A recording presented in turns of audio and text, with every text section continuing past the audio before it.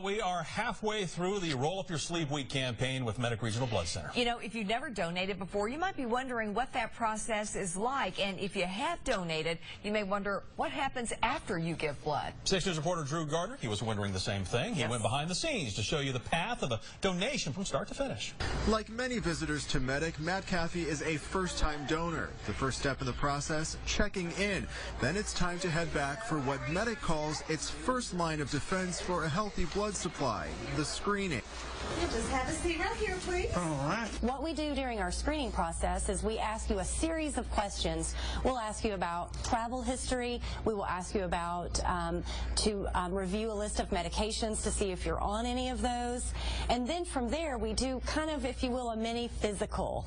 Everything checked out, so now it's time to go to the donor room where the blood is drawn. A needle is inserted in your arm, and you spend about 7 to 10 minutes while the donation is taken. I literally felt nothing. Now, once the donation is complete, it comes down here to the lab where it will go through a battery of tests before being sent off to area hospitals. Stephen Smith is the Director of Technical Services at Medic. He oversees all the steps the blood goes through after the donation is taken. The second line of defense when it comes to blood safety is the testing that we do. And this is one of the primary pieces of equipment that we would use to test for things like hepatitis and HIV.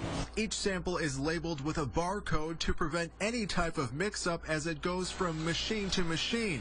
The next one will test for blood type and diseases like syphilis. Once the testing is finished, our medical technologists and lab technicians will take those results, review them, make sure everything is accurate and complete, and then we'll be ready for posting. Now it's time to sort the donations themselves. Whether they were taken at the downtown clinic or a mobile unit, they all come to the same location for sorting.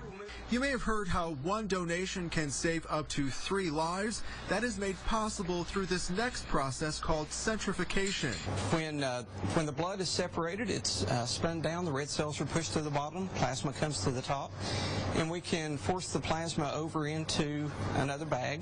The plasma and red cells are then moved to 2 separate storage areas. Plasma is stored in a freezer that is about minus 30 degrees. The red cells will be refrigerated at a much warmer temperature. Then once all tests come back, they are labeled.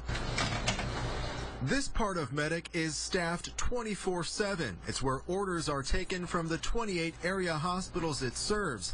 Once an order is placed, the blood is pulled, packed in a cooler, and then on its way to help save the life of someone in need. On your side in downtown Knoxville, Drew Gardner, 6 News. That was fascinating. That is. I've always wondered that. Yeah, nice behind-the-scenes look there. Now, on average, Medic sends out 300 units of blood every day. Its lowest inventory is the all-important universal blood type O negative. And we should point out blood drive locations are scheduled throughout Roll Up Your Sleeve Week. Medic's 2 donor centers are located on 1601 Ayler Avenue in Knoxville and 11,000 Kingston Pike in Farragut. And for more locations and information, just go to our